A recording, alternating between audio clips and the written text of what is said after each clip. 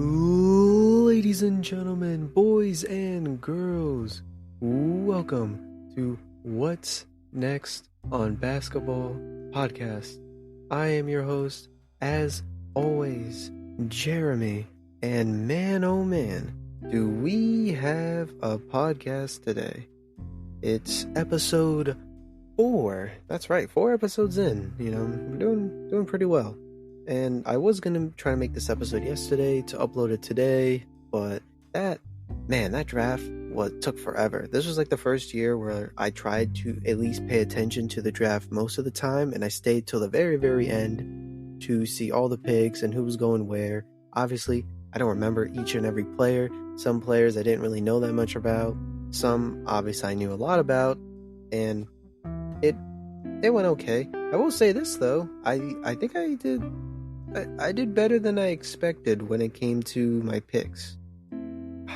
I at least got I want to say maybe 10 right. I felt happy. Hey, I will say this. The first 4 picks I got right. Even though most of the people had the top 4 correct too. But people thought I was crazy for saying that Brandon Miller was going to go to the Hornets. But I knew they were going to do that.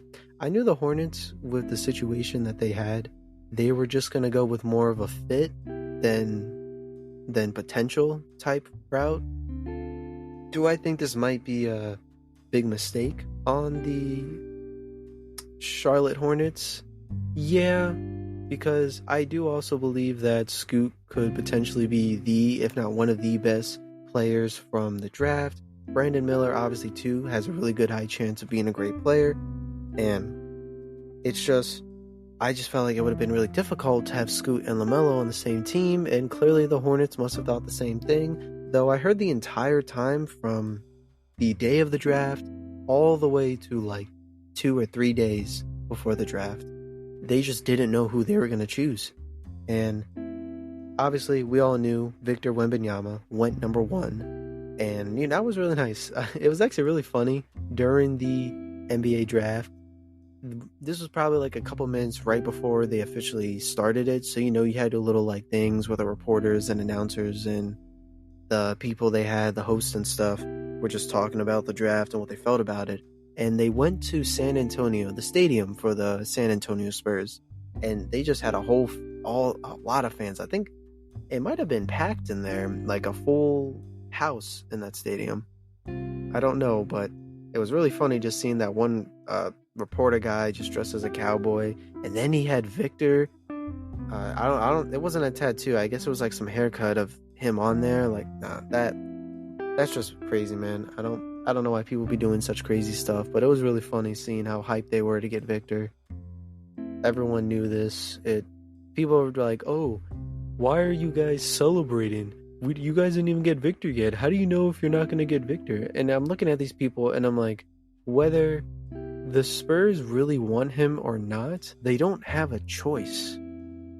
It was so obvious that he was going to go number 1. With how much hype he had going into this draft,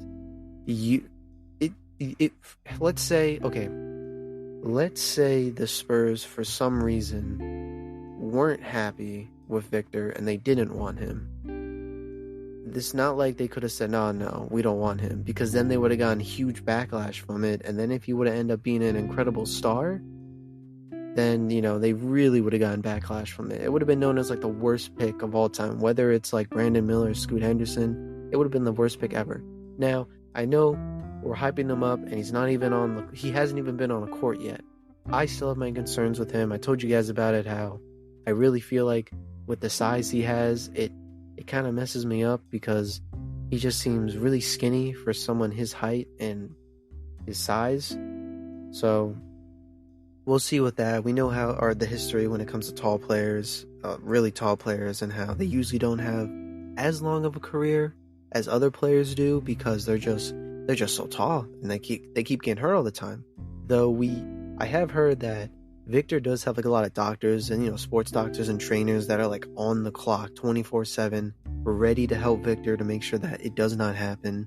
He does these different kinds of exercises, stretches and stuff, warm-ups to help with that. Hopefully it does. I really wish him a really long and successful career, and I really hope he does turn into the guy that we've all been talking about and hoping he is. And yeah, it was cool though. It was really nice. I was able to see it, and it was fun. I was able to see like the clips and stuff, which was really cool. Now let's just get into the rest of the draft and the draft as a whole. So there were obviously a lot of surprises, I would say. A lot of surprises where they came from players jumping really high in the draft to players jumping low. It was more like people just telling me like, oh, he went really high, I didn't know that, or oh, he went this high, I didn't think he was going to go that high. There was a lot of them, but as I said, this is my first. I've said already plenty of times already, so I didn't know like how this worked and who was who. So there was very, very few players that I was really looking at as to like I had interest in looking at, just seeing where they land. And obviously, we'll just start off the bat with this one. I was gonna wait until we talked about the team, but we might as well talk about it. Cam Whitmore, as many of you know, or maybe you don't know, Cam Whitmore was projected to be a top 5 or at least top 10. And well, he wasn't 5, he wasn't 6, he wasn't 7. I don't think he was 8, not 9, not 10, not 15, not 16, not 19, but 20th. Yeah,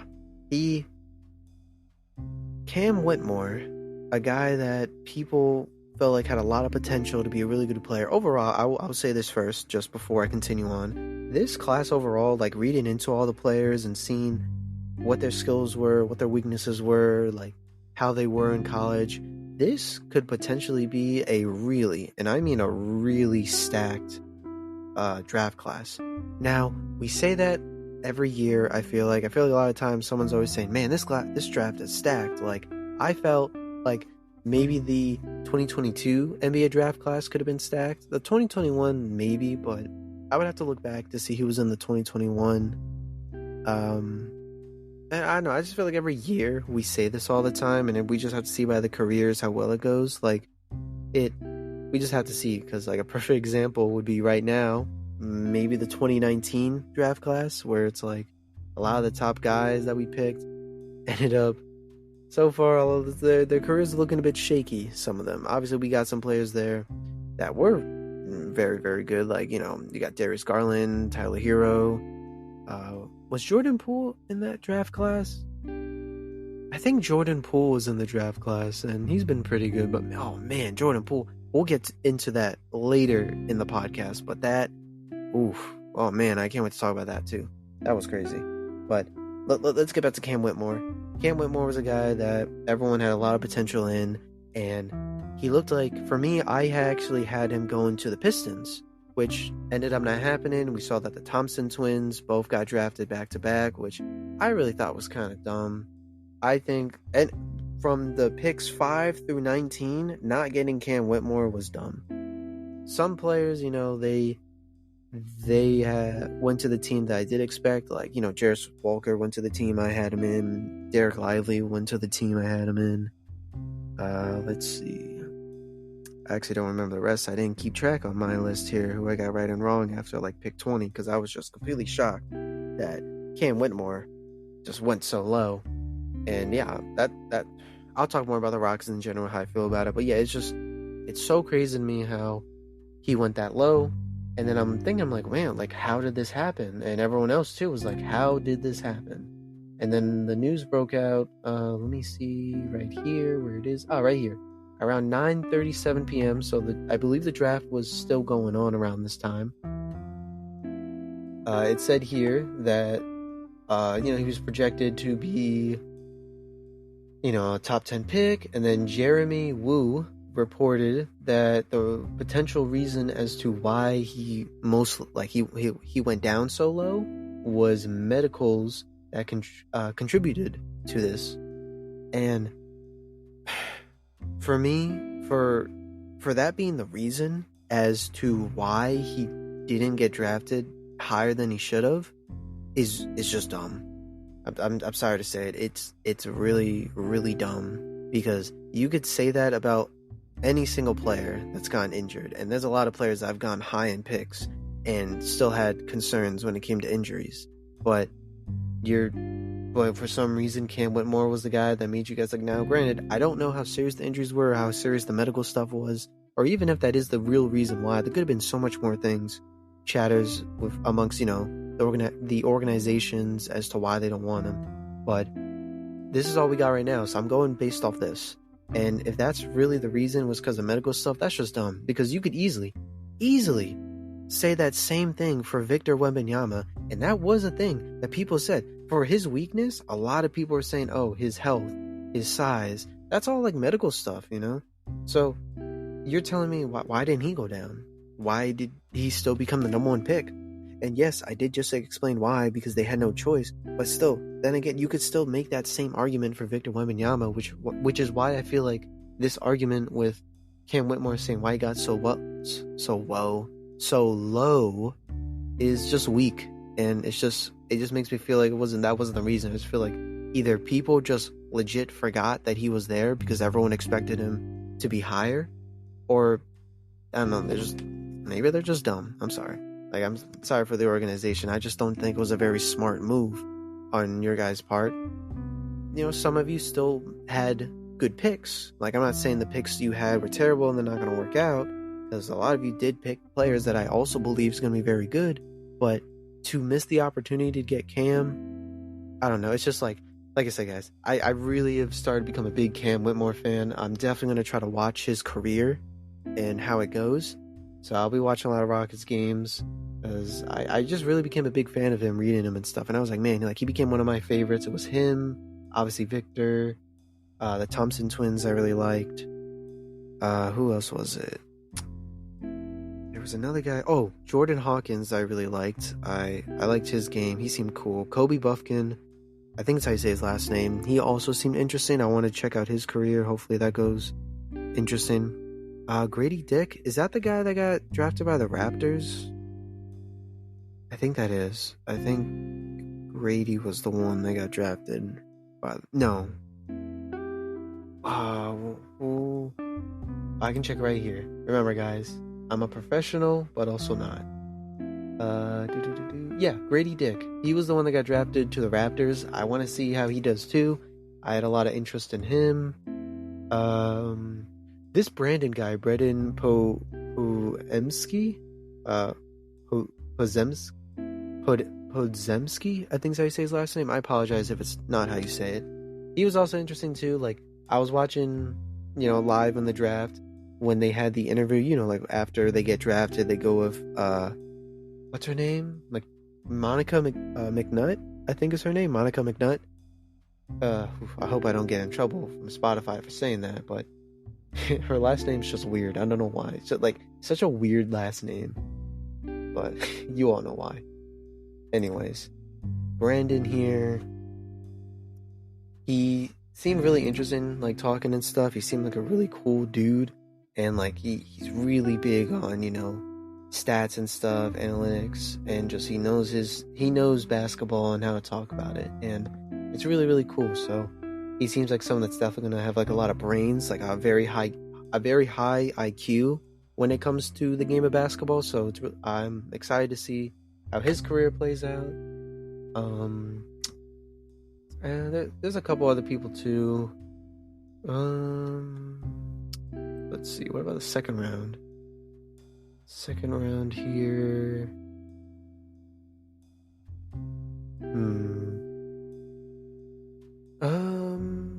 I think that's really it. Those are really the guys I was reading. I was like, man, these guys seem really cool. Oh, Jalen Pickett, I think is how you say his name. He just seemed interesting. I don't know what it was. He just seems like someone that would be cool to watch. He might not be good, but who knows? We've seen some players, aka the latest Finals MVP, become an incredible talent from being out of the, coming from the second round. But yeah, that's really how it is there. But now let's really get into what I want to talk about as well. So I found this article on ESPN it was written by ESPN senior writer Kevin Pelton, and he basically wrote down all the teams, who they drafted, and he wrote down his opinions on it and how well they will fit with the team, and he gave them a grade for this draft and how well he felt like they did with the picks or trades that they got with the players. So how I'm going to do as well is I'm going to read off the players that each team got. I'm going to read off the grade that Kevin gave, and I'm either going to say I agree or, I disagree. I'm not going to read exactly what he says. If you want to, you can go read that on your own. You can go find it. Like I said, his name is Kevin Pelton, and the title for it is the NBA Draft 2023, grading the Spurs, Hornets, Blazers, and every team's night. You can go check that out on your own, because I don't want to get in trouble if I read the whole thing. I'm just talking about how I feel about his grades and stuff. And yeah, let's just start off right away with the Atlanta Hawks. So round 1, the Atlanta Hawks selected Kobe Buffkin, and then in round 2, they got Mohamed Gay and Seth Lundy. Kobe was the 15th, Gay was the 39th, and Lundy was the 46th. Kevin gave this grade a B, and I'm gonna agree with him. I'm gonna give it also a B. I'll say I'm kind of leaning towards like. No, we'll stick with B. I think that's a good spot. B. They got the Kobe guy that was really interested. That was pretty cool. He actually was projected to go a little bit higher than where he went, so I guess you could say that was a steal for them getting Kobe. As for my only concern that I'll say for Kobe is why the Hawks picked him. That's why I was like, at first I was going to say it's a B+, but I don't know if I can say it's a B+, because they already have Trey and Murray, DeJounte Murray, who are both guards as well. Buffkin, if you don't know, is a guard, and I don't know where he's going to be at in this rotation. They have him for a couple years, so who knows, maybe the rotation and lineup for the team will be completely different, and maybe we'll be talking about him being a great player for them, or a great backcourt player, like bench player. But right now it's kind of like it's kind of like up in the air, like how it's gonna go. I don't know if he'll get a lot of minutes. Maybe he will. Who knows? But I'm not expecting him to be a starter. I'll tell you that. As for the other two guys, Lundy is very good. Very good shooter. I think that was a great pick on them. And Mohamed Gay, let me see what he is. I don't remember much of him and what he is. Oh, he's a forward. Okay. What the heck here? They said he's... What? What is this? They said he was part of the Hornets? Really? No. What the heck? ESPN is weird. I don't know why they have this game under him, because he definitely did not play. Okay. Actually, it says they traded him to the Hornets? Is that true? Sorry, guys. And like I said, I'm a professional, but not. But it's just... I will say that about the NBA draft. I always thought it was cool when they do trades and stuff, but man, when it comes to someone like me, like a podcaster who's just trying to give you guys the news, it can be very confusing as to who went where. But I don't know if he is a Hornet. Here it's saying he's a Hornet, but I don't know if that's true or not. So we'll just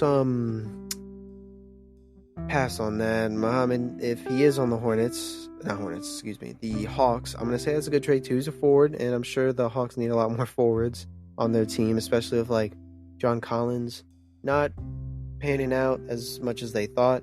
I don't know. I don't think John Collins is going to stay for the team very long. I know they were trying to trade him. I believe he is still... Let me make sure, because I don't want to sound like an idiot here. I'm pretty sure John Collins is still with the...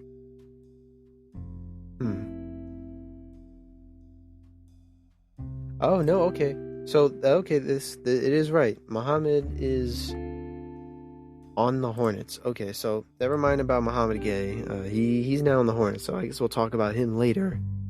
Let's continue on with what we got here. You got the Boston Celtics. The Boston Celtics, Kevin gave them a B+. The only pick that they got was Julian Phillips. Wait, what?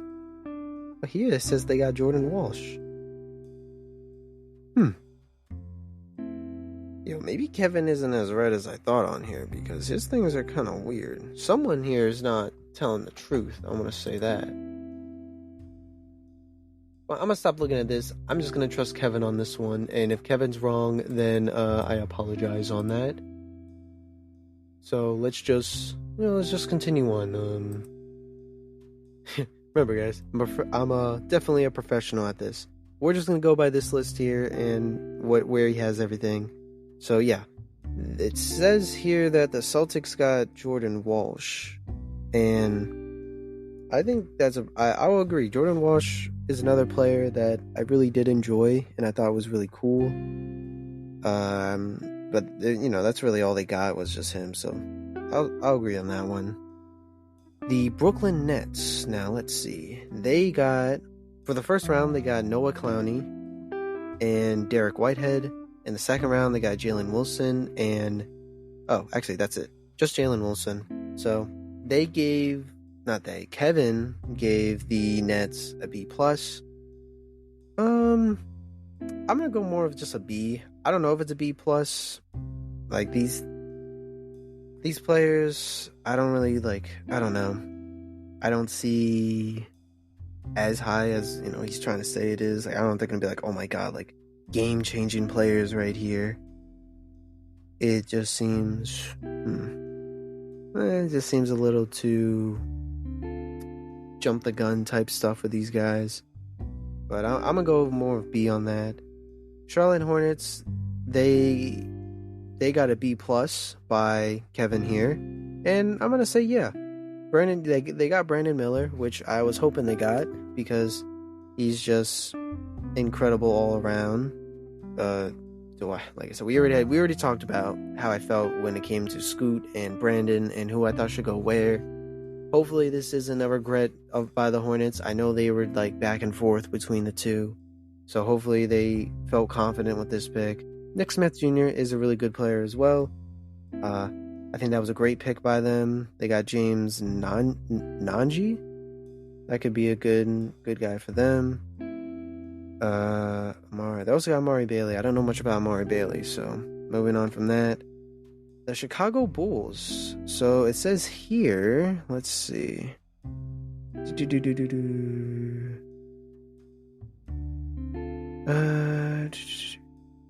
Okay, so the Bulls traded in to get Phillips. Oh, what they trade here? Sunday night with no picks, who the final piece in the Call of Duty trade. Okay, so I don't know what they traded for exactly. Let me look here, because I do have the trade stuff open, so we can actually look into exactly.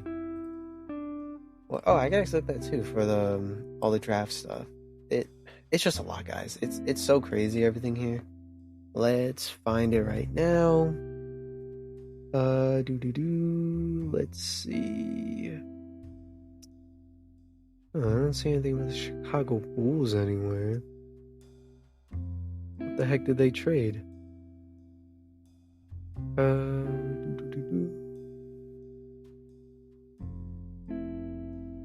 Wow, thanks ESPN. They didn't tell me who they traded. Oh, here it is. Oh no, never mind. That's about Lonzo Ball. Man, Lonzo Ball, bro. So I'll talk about this now since I just saw it. So the vice president of the Chicago Bulls recently came out in a post-draft news conference saying that their expectation is that he's not going to be back next season.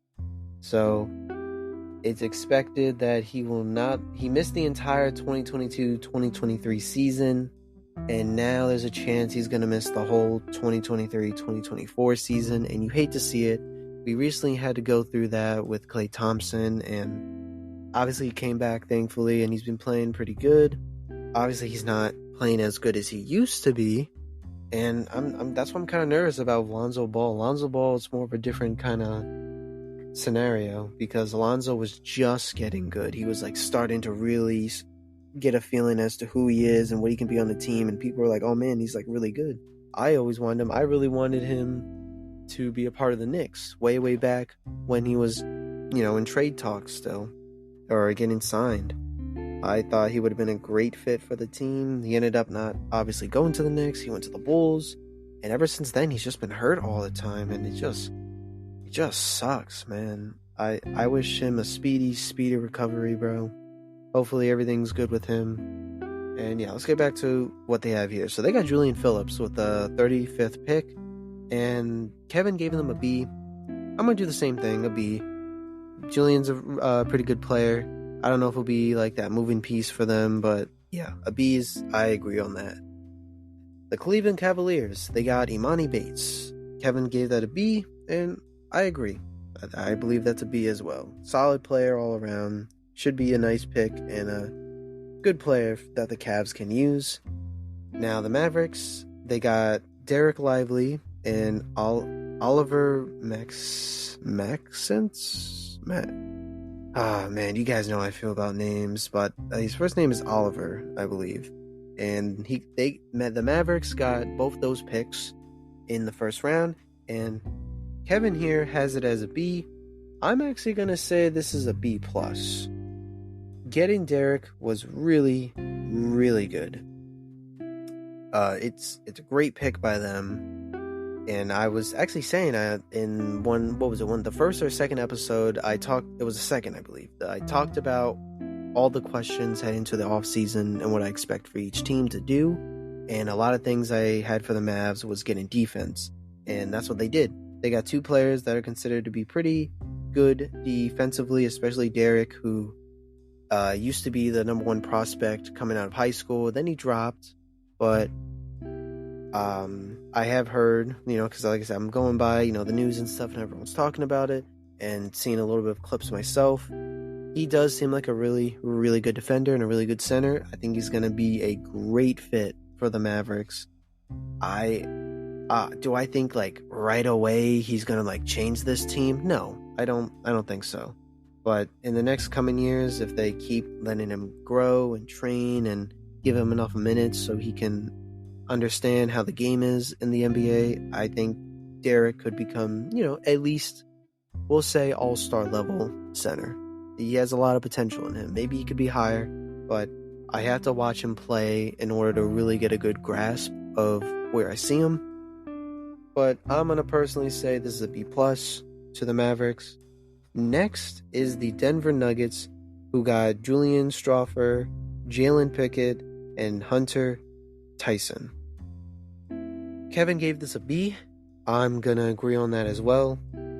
I'm leaning towards more of a B+, but I'll keep it as a B. I think they got good picks there. Detroit Pistons. They got Ausar Thompson and Marcus Sasser. I believe that's how you say his last name. I'm honestly going to give the Pistons a B- because, yes, you got one of the Thompson twins. Thompson twins are very good, but as I said earlier, in the podcast, you went past Cam Whitmore, and I think that's a very, very huge mistake. He was supposed to be, expected to draft around there, and to just pass up on him is so trash. I don't know. I think it's going to be a big mistake for the Pistons. Or maybe not. Thompson can work out as well. He could be just as good as his brother, because I know his twin brother is some would consider a little bit better than the Ausar. I know there's going to be competition between the two, and at least this time we can have like some twins actually doing good competition because they're good. So, yeah, I'm going to give it a B-. Golden State Warriors. They got an A- by Kevin here when they selected Brandon Poemski at 19th and Tracy Jackson Davis at 57th. And I'm going to agree. I'm going to actually give this an A. I'm going to bump it up a little bit to an A. Golden State Warriors have done a fantastic job with their draft picks. I think these guys are going to end up being some of those like underrated players that no one really like They're gonna be sleeper picks. That's what I see in these guys, and it was just obvious. I knew the Warriors were gonna choose like players that were gonna potentially end up being good players, because majority of the time, you'll know why I'm about to say it, they usually get a good player from the draft. Now, there's been times like the 2021 draft where they drafted James Wiseman, and that didn't work out for James as we saw. But a lot of other times, like Moses Moody, Jonathan Kuminga, Jordan Poole, Steph Curry, Klay Thompson, Draymond Green, like a lot of their players. Actually, let's look at it right now. We're gonna go to the standings here. Let's go to the Warriors. Where are the Warriors at? Here we are. Let's look at their roster. They have 1, 2, I want to say 3, 4, 5, 6, 7, like 8. At least 8 guys on here that were like drafted by them, and what, like maybe out of those 8 guys, 6 or 7 of them have been really good. Like Draymond Green obviously was really good. Let's see. I think Draymond might actually go back to the Warriors. I heard a lot of rumors that they obviously want to stay together. Draymond has said it before a lot of times that he would like to stay with the Warriors for the rest of his career. I don't know what he's going to do, though, if he's going to try to do like a James Harden type route where he'll just ask for less money and continue on.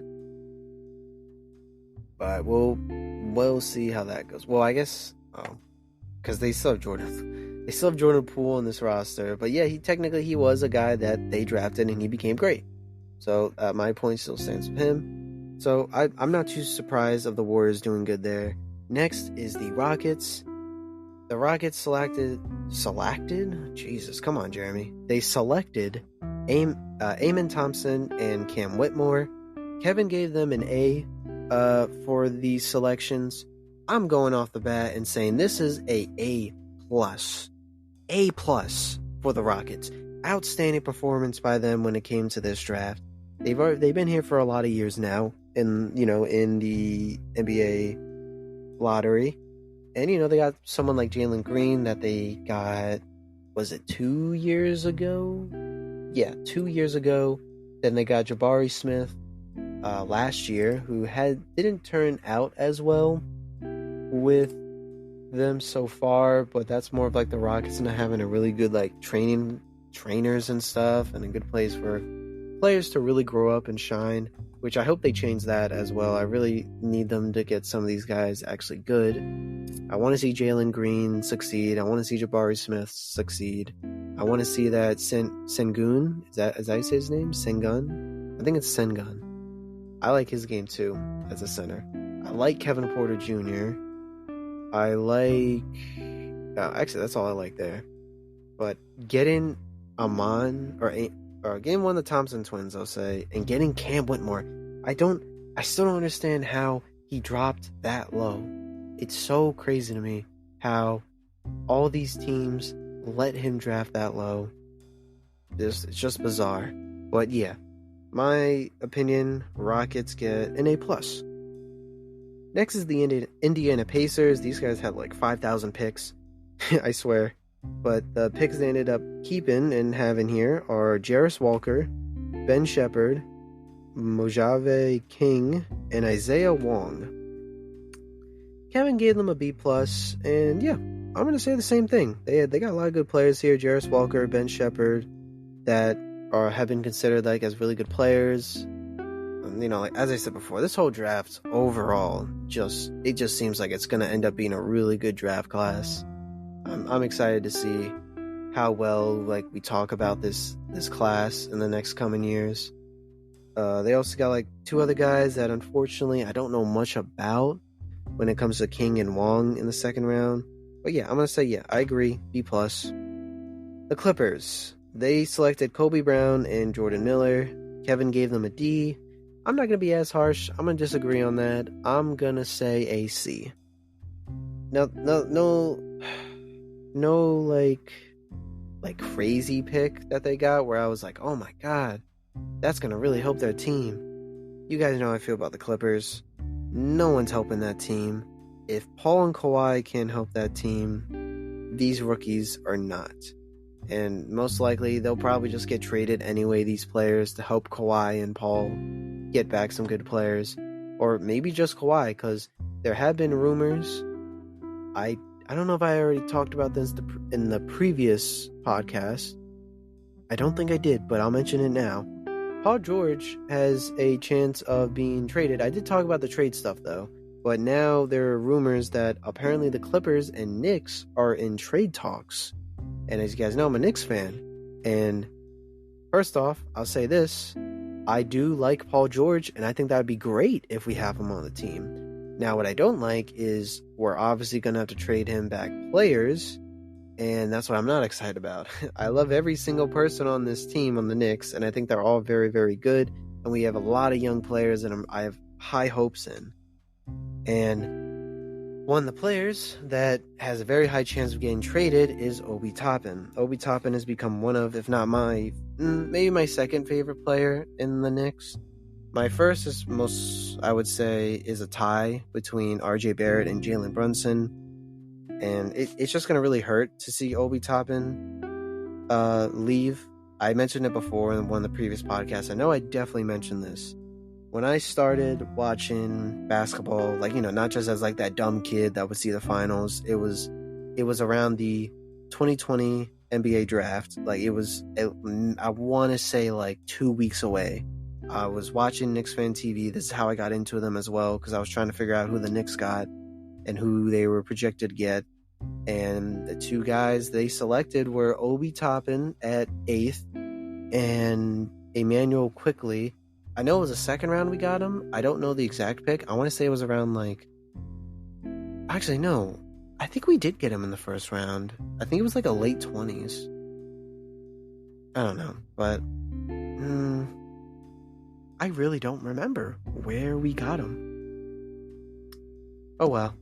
Just know, like, yeah, those were the two guys that I saw get drafted, and I've been watching them grow up their entire career.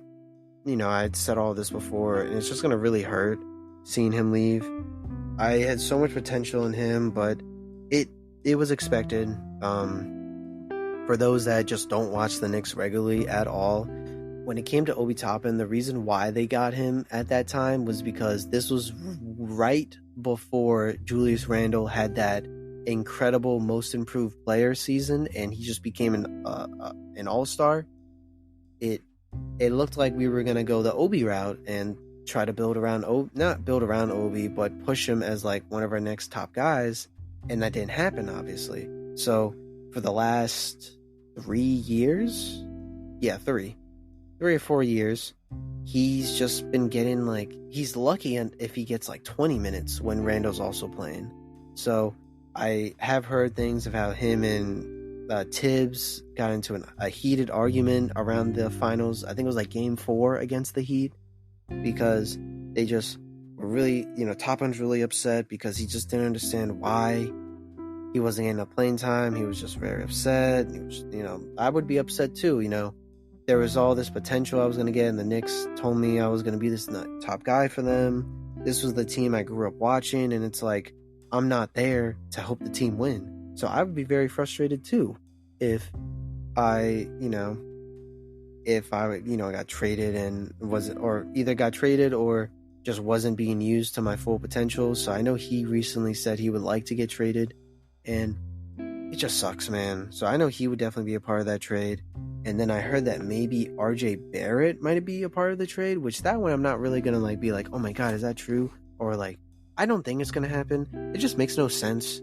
Like, I'll say this, if they do end up doing the trade where they trade RJ Barrett, I'm going to be very, very upset, because that was the whole reason why we didn't get Donovan Mitchell, because the Knicks organization believed RJ Barrett was going to be a key piece for their team, and they didn't want to trade him. So if we then go out this will literally be next year.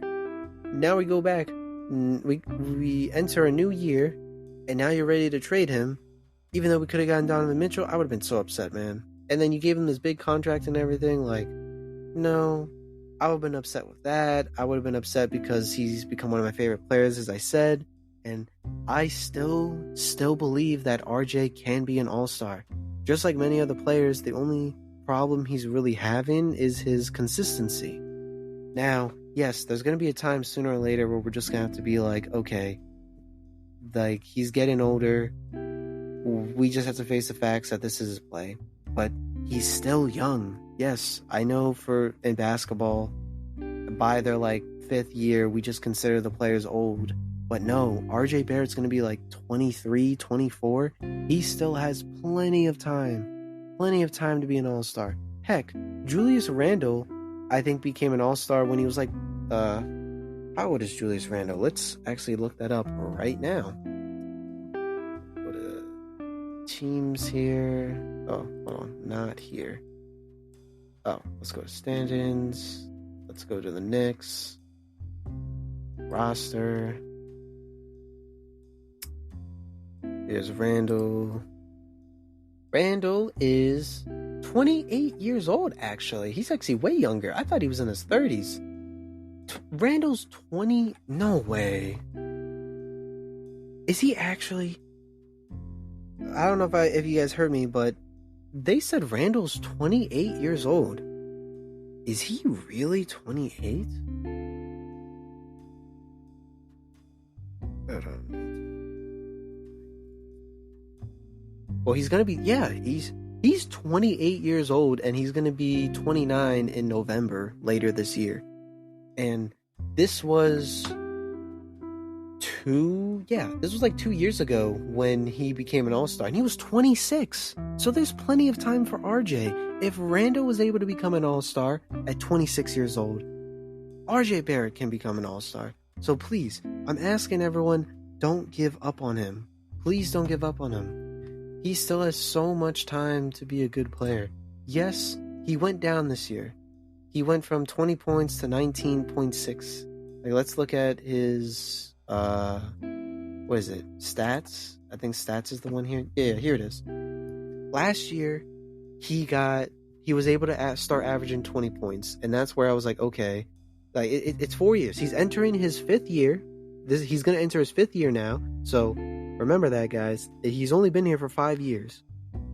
And so far, one thing that's been very awesome to see is his playing time. Now, this was the 2019-2020 season, so this was around when COVID was happening and everything was going crazy.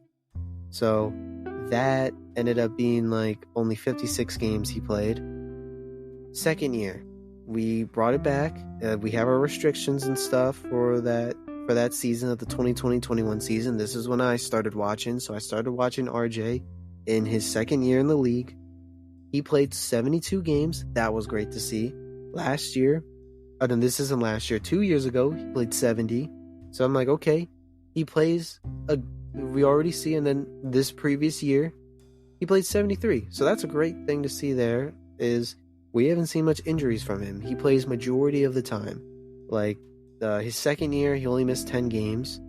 His third year, he only missed 12. And in his fourth year, he only missed 11 games. So RJ Barrett and he did really, really well this oh my god, I can't speak, this season that happened. Like, I feel like a lot of people forget, like, he had a really good stretch at one point of, like, games and everything. Let's look back here. Here we go. Can we look at points? There we go. Like, throughout most of the season here, I'm looking at it all right now. There were a lot of times, even though he didn't average 20 points, there were a lot of times. I'm looking at it all right now. Let's see. I think this is the preseason. Is this the preseason?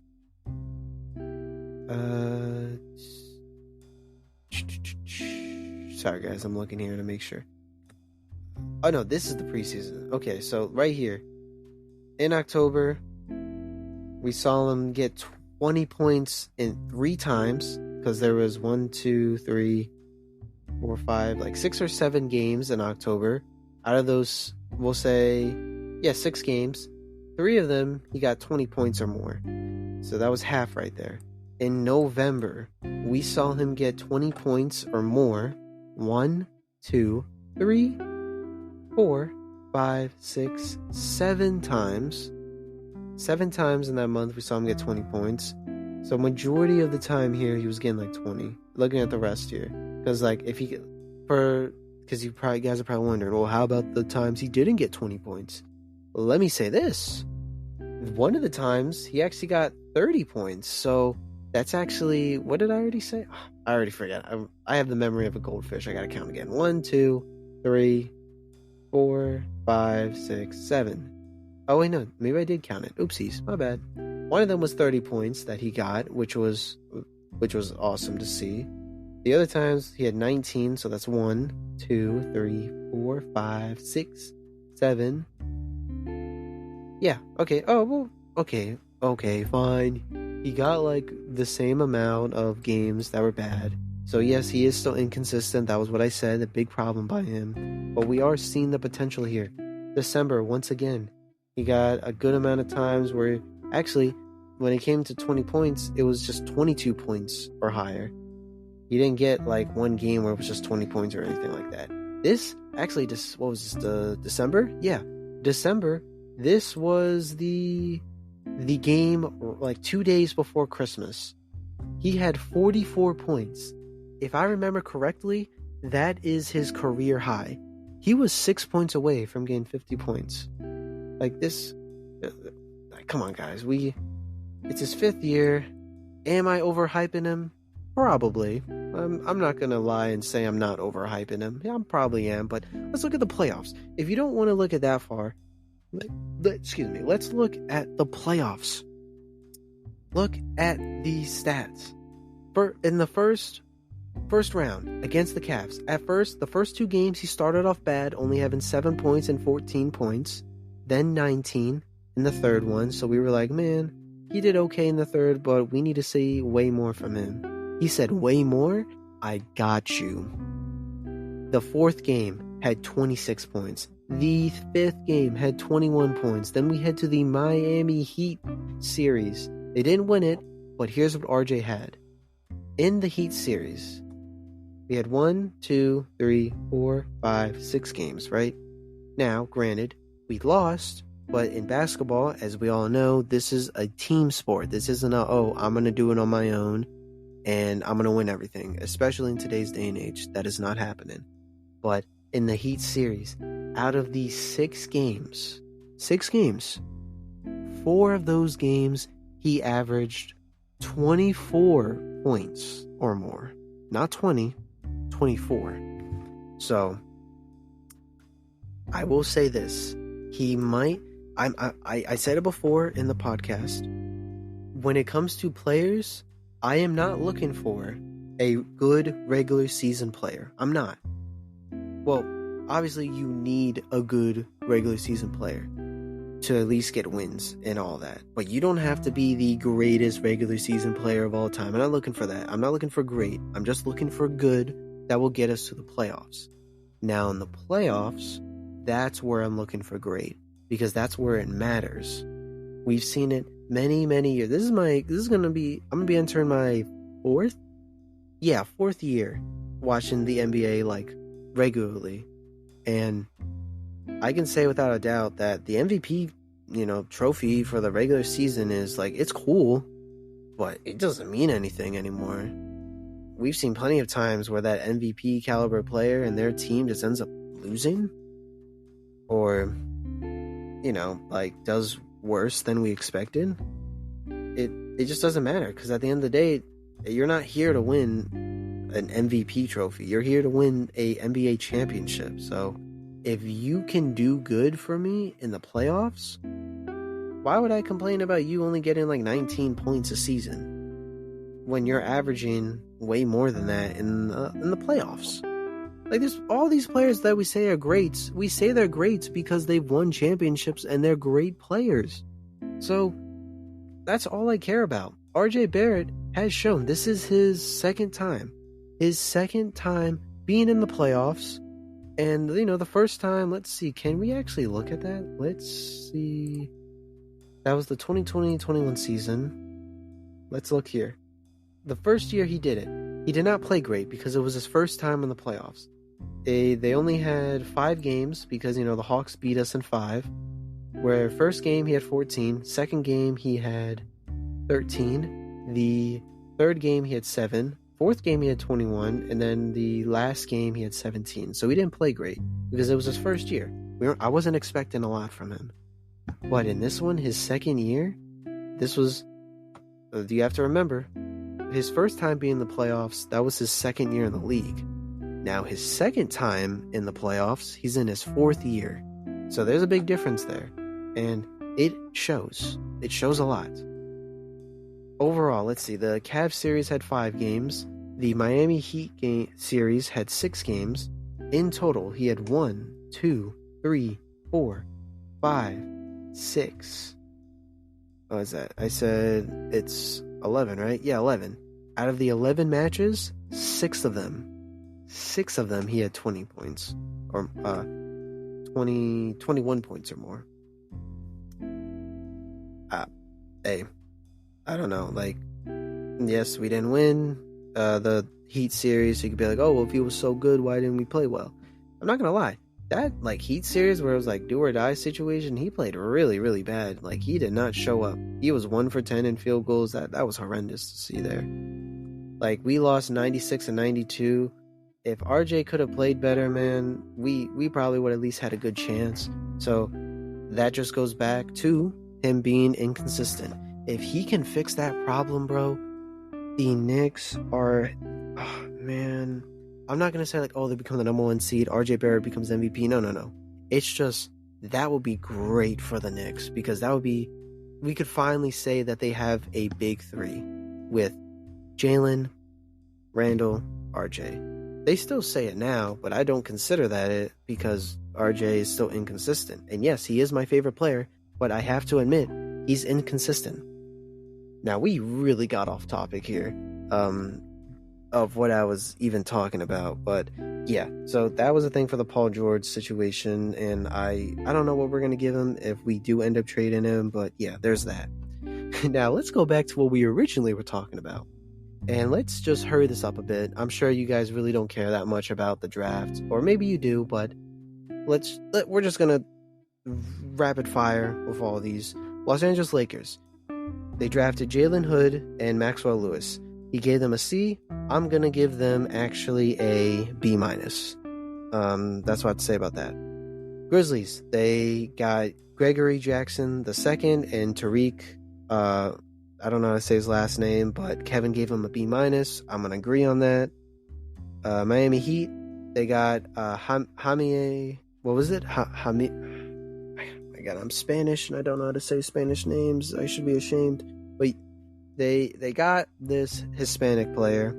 I don't know how to say his name. I think it's Jaime Jaquez Jr. Jaquez. Whatever. They got a player that I'm sure the Heat are going to do good with because the Heat are always good with players. He gave them a B+. I agree. Bucks, they got Andre Jackson and Chris Livingston. He gave them a B. I'm okay with a B. I'll keep it at a B. Minnesota Timberwolves, they got Leonard Miller and Jalen Clark. Kevin gave them a B+. I'm going to say an A-. Getting Leonard Miller was really, really good. He's actually another guy I don't think I mentioned it earlier in the podcast. That was also a guy that I was really interested in and I have a lot of high hopes for him. So yeah, I'm going to give them an A-. New Orleans Pelicans, they got Jordan Hawkins. For me, they get an A-. Kevin gave them a B. I don't know. I just think Jordan is going to be a really good player. Next is the Knicks. They do not get a grade because they didn't get anybody. So moving on. The Oklahoma City Thunder. They got a B+. They got Cason Wallace and Keontae Johnson. I agree on this too. I think I'm actually going to push it as an A-. I thought it was great, the picks. Orlando Magic. They got Anthony Black and Jet Howard. Kevin gave them a B-. I'm going to say a B. These are really good picks by them. Sixers don't get a grade because they did not get a pick. Phoenix Suns, they got Tomani Camara. Kevin gave them a B-. I don't know much about this guy. He was a very late pick. He was the 52nd pick. So I'll say a B- too. I don't know much about the guy. Trailblazers. They drafted Scoot Henderson, Chris Murray, and Ryan Rupert, I believe is how you say it. They gave them an A-. I'm saying an A. Scoot Henderson, great pick by them. It's awesome they got Scoot. I'm giving it an A, just for him. The Kings, they got Colby Jones and Jalen Slawson, I think is how you say it. They were both second-round picks. Kevin gave them the Kings an A-. Again, I don't know much about these guys, so maybe there's something Kevin knows that I don't, so I'll just say an A too. Spurs. They got this guy. You guys might have not heard about him. He was kind of a surprise pick for me too. I didn't know about this guy until they said his name on the board. Victor Wembanyama? I don't know much about this guy. You would think I would have known about him. Maybe they would have been talking about him for him being the number one pick. Well, whoever that guy is, they got him. And they got Sidney Kisoko, who I was really happy about. I thought he was a great pick as well. And for the Spurs, that's going to be a fantastic place for him to be in. Overall, this is an A+. A+ by me. Kevin gave them an A. I'm saying A+. Toronto Raptors, they got Grady Dick. I'm giving it an A. Kevin gave them an A-. I think you're wrong. I'm saying A. The Utah Jazz, they got Taylor Hendricks, Keontae George, and Bryce Sanatspa. I believe that's how you say his last name. Kevin gave them an A-. I'm going to say an A. Washington Wizards, they got Belayo Kolabi. He was like that guy that played with Victor, and they got Tristan Vucevic. I don't know much about these guys and how good they can be. Kevin gave them a C+. I'm not going to be that harsh. I'll say a B-. I'll say that.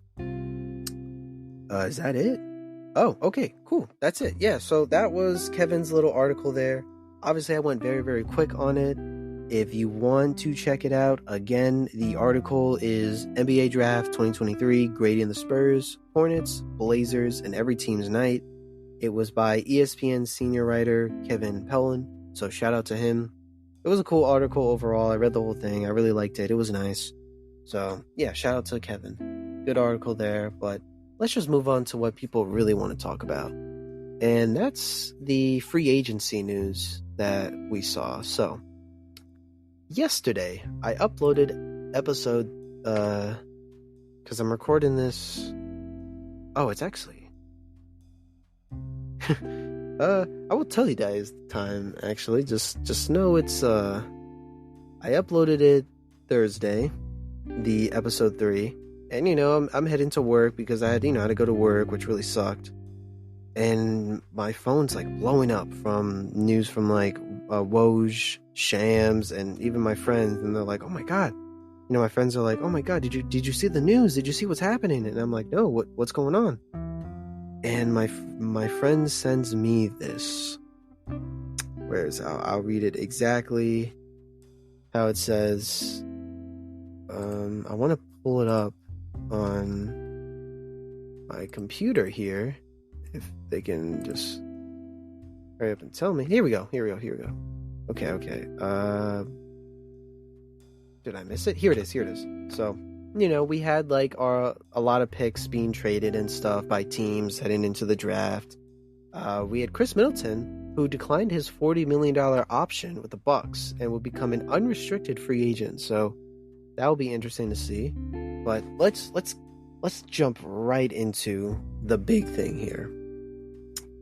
Now, at 3:11 p.m., it was reported by Woj that the Washington Wizards are finalizing a deal to send Chris Paul to the Golden State Warriors for a package that will include Jordan Poole and future draft assets.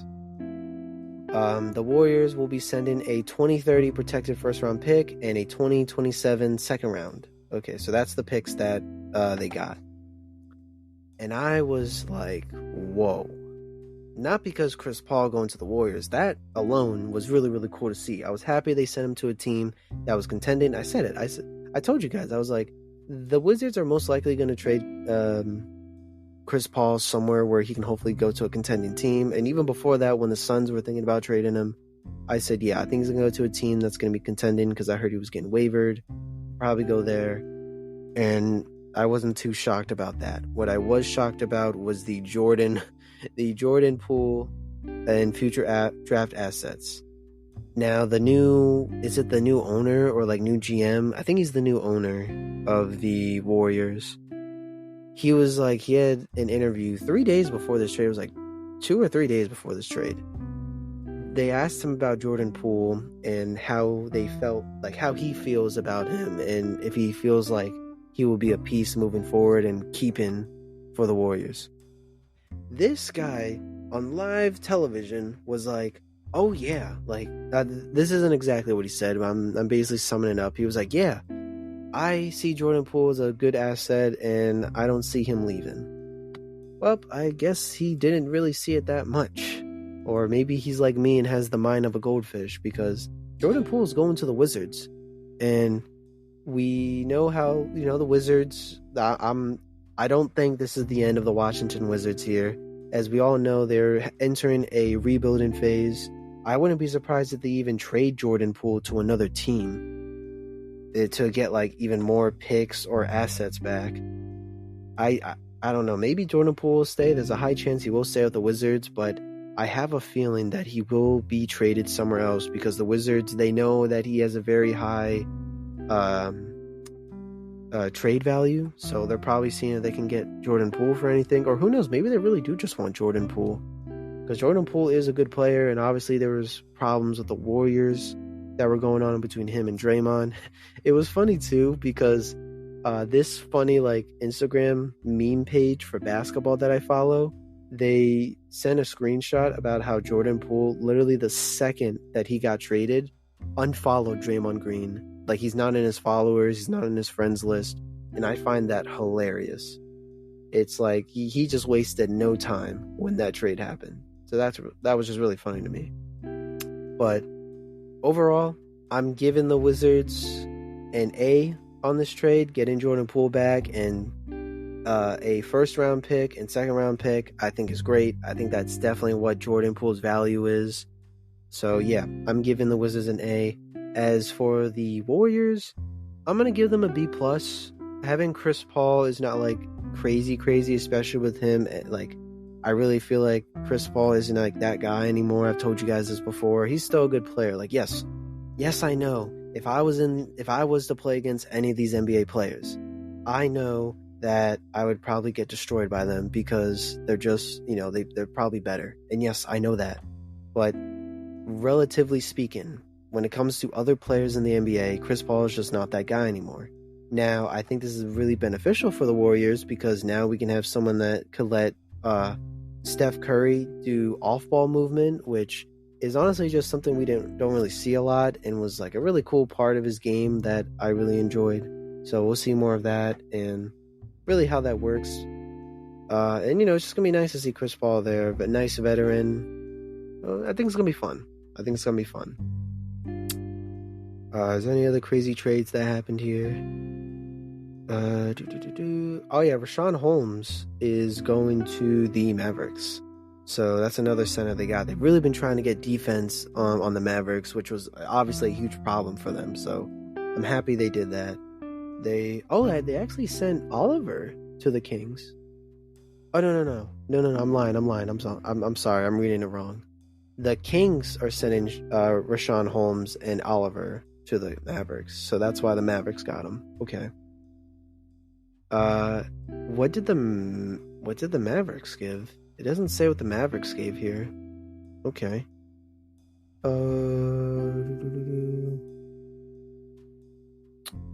lot of these are like stuff, for the draft and teams trading picks. I don't really care about that. Is any of like players that got moved? I know the Spurs said that they're gonna keep Zach Collins on the team. So I don't know how you guys feel about Zach Collins, or if you care about him, but yeah, Zach Collins is gonna be on the Spurs. This was actually, let's see, like an hour ago of me recording.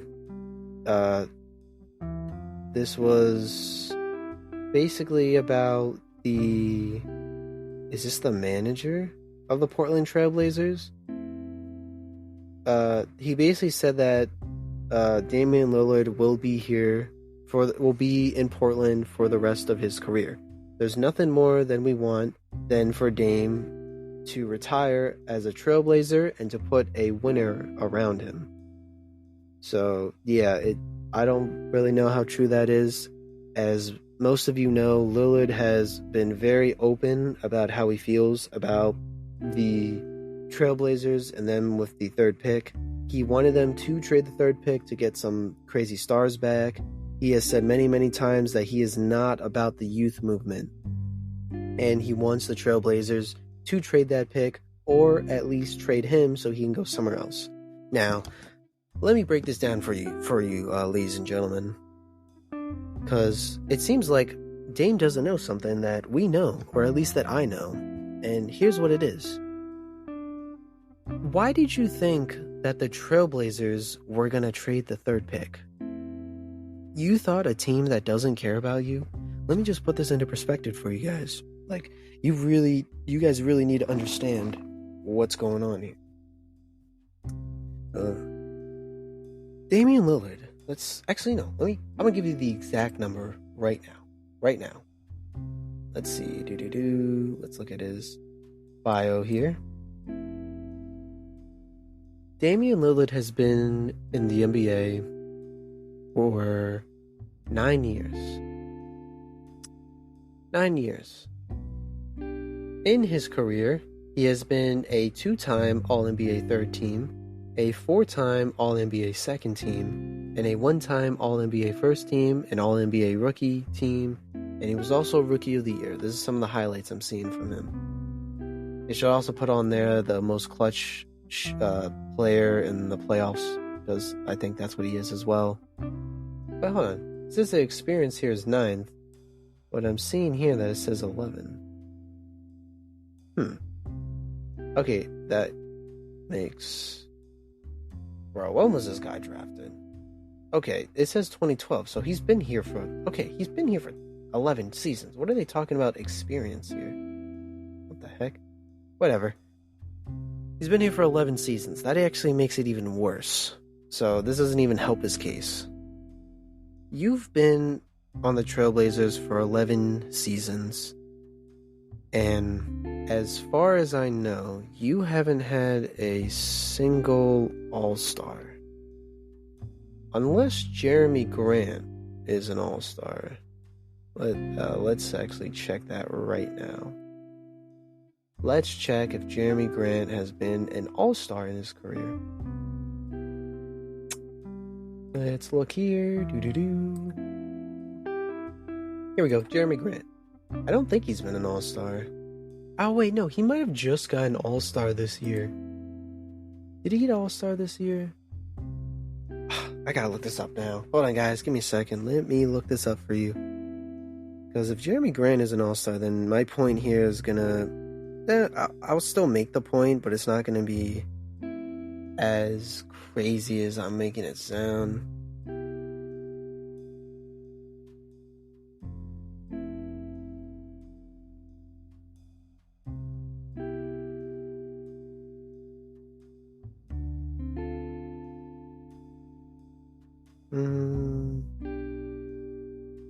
Oh, okay. He actually hasn't been an All-Star. I think it was one of the snubs for this season that just happened, because he was doing really, really good.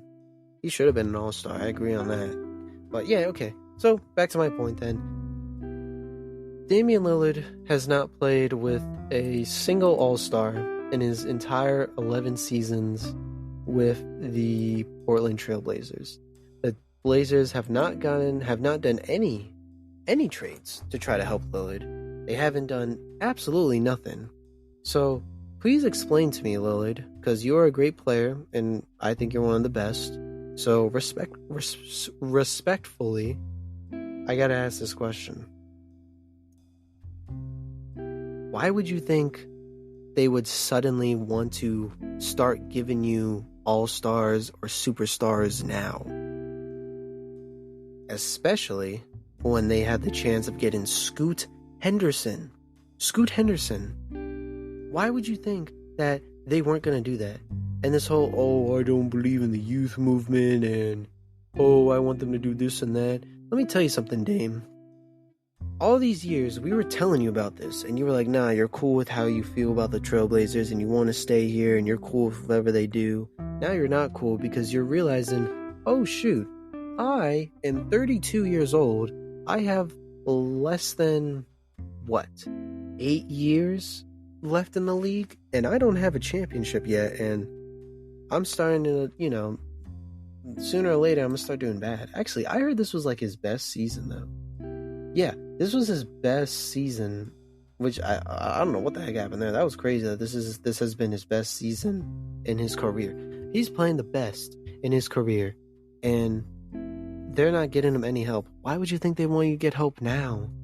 It's just so silly to me, because he's probably upset. I wouldn't doubt that he's upset that the Trailblazers didn't trade the third pick because he really wanted them to. But why would you think they would do that? What made you think that? Because I know there's this whole superstar movement and stuff, and players trying to go to teams that they want and forcing themselves to places that they want to be at instead of trying to be like, oh, I can't go anywhere. Like, bro, no. That wasn't happening. Like, I don't feel bad for him whatsoever if he's upset with the Trailblazers not trading it. Bro, you've been there for 11 years, 11 seasons. Did you really thought they were going to start doing things now when they haven't given you any all-star, no superstar to play with throughout the entire run with the Trailblazers? Like, come on, man. Come on now. Let's be serious. Let's actually realize what's going on here, bro. That was not going to happen. I'm sorry. It wasn't. So, yeah, that was just dumb.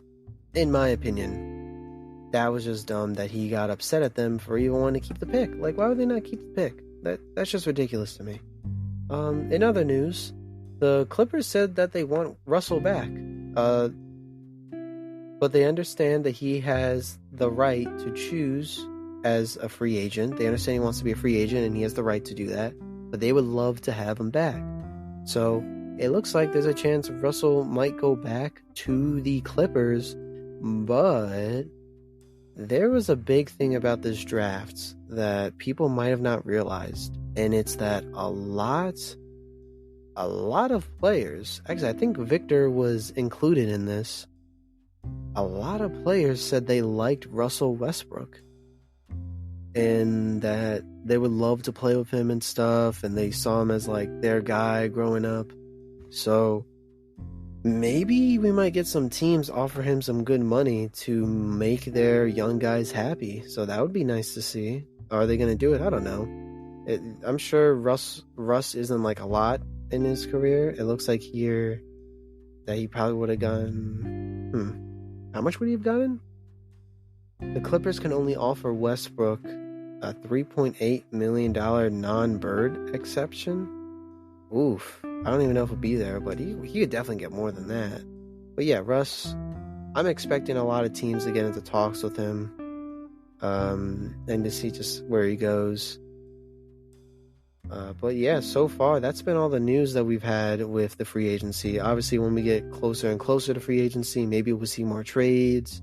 We'll definitely start seeing players once the free agency starts and them getting signed and everything. And that's going to be so stressful for me when it comes to telling you guys everything, because that was really stressful when it came to the NBA draft. Though I didn't really as you guys saw, if you follow my Instagram, which, as I said before, please go check that out.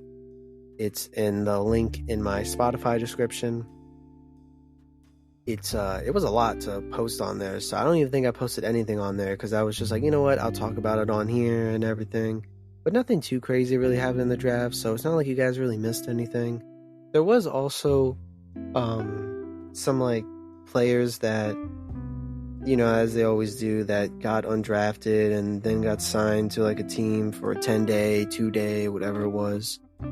But you guys can go check that out on your own if you want. I don't know if... you know what? No, because I did tell you guys I want to be that guy for you if you want to learn everything that's going on in the NBA. So I'll say this. Let me look at my thing here. It was all over Twitter, so I don't know if you guys have a Twitter. I unfortunately have one because I just need to see what the heck's going on here, So here is all the stuff here. So it was reported that Ricky Council is going to the 76ers with a two-way NBA deal. Mike Miles Jr. is also going to be on a two-way deal. He will sign with the Mavericks. Jabari Rice is going to go to the Spurs on a two-way deal. Let's see. The Marquise Noel, who set an NCAA tournament record for assist on Kansas State's Elite Eight run, agreed to a two-way deal with the Raptors. Really? He's good on assist and no one drafted him? That's crazy. It says the Sixers are also signing some guy named Asloas Tublius on a two-way deal. San Jose State. Oh, Omari Moore, that's his name. Omari Moore agreed to a two-way contract with the Bucks. The Knicks are signing Jalen Martin from Overtime Elite on a two-way contract. Drew Peterson has agreed to an Exhibit 10 contract, I guess 10-day contract with the Miami Heat. Caleb Daniels has agreed on a training camp deal with the Miami Heat. I didn't even know you could do that. Drew Timme, agreed on a 10-day deal with the Bucks. Oscar Tshiebwe, I don't know how to say his last name, but his first name is Oscar. He agreed to a two-way deal with the Indiana Pacers. Patrick Baldwin Jr. Actually, here's a quick update about the Warriors trade. Patrick Baldwin Jr. is going to be traded to the Wizards as part of the Chris Paul Jordan Poole trade. Okay, that's cool. Malachi Smith has agreed to a 10-day deal with the Portland Trailblazers. The Portland Trailblazers are also signing Antonian Davis to a 10-day contract. The Cavaliers are picking up... no, he's not a rookie. No one cares. The Knicks are also getting Jacob Toppin. For those that don't know, which is clearly obvious to see, he is the brother of Obi Toppin, and Jacob will be on a two-way contract with the New York Knicks, so that's cool to see.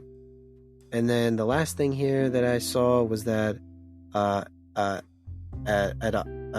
Sanogo is going to be on a two-way contract with the Chicago Bulls. And yeah, that's all the stuff there that people got signed and stuff. So there's that. And I think that's really it that I have to talk about for you guys today. Just another simple podcast. Yeah, we've been going on. This is going to be the second longest episode. So I think that's all I really have to talk about. Hopefully you guys enjoyed this one. I know this one was probably a pretty slow and boring episode. It was just really about the draft, and then I gave my opinions on the recent trades that have been happening in free agency. Obviously, it's going to get more interesting the closer we get to free agency. And thankfully, I do not work that day. I don't work the first 2 or 3 days that free agency starts. So you guys will definitely be seeing me post a lot on the Instagram page.